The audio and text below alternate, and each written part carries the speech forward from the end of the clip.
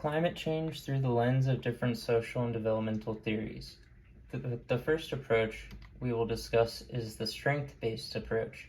The strength-based approach has its foundation in social work and focuses on individual self-determination and strengths. This type of approach builds the clients on their strengths, seeing them as resourceful and resilient when they are in adverse conditions. This fits in perfectly with individuals who have been affected by climate change. Climate change calls for mitigation of its effects and adaptation to changing environments.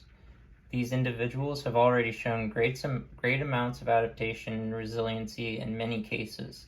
Climate change is a vast issue covering all sorts of different environments and situations, but one unifying factor is that people's homes and environments are being affected by our planet's changing climates.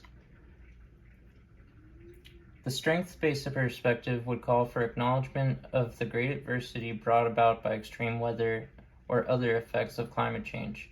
By singling out those strengths exemplified by individual clients, we then have building blocks to build that individual up to effectively deal with future incidences. The second theory we will discuss is the person and environment theory. This is a practice guiding theory that shows the importance of an individual's environment in regard to their day-to-day life. Further, an individual's behavior will only be understood if the environment is understood as well. This theory provides the framework for understanding their environment. These two theories, strength-based perspective and person and environment, both overlap with each other nicely and do not directly contradict each other in any immediate ways. Using these theories in tandem could yield favorable results if they are professionally and adequately used.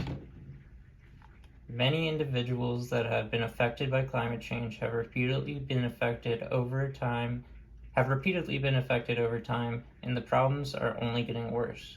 For a family that has seen repeated floods over the last 10 years, they will need to find the strength to mitigate their problems and adapt to their new environment.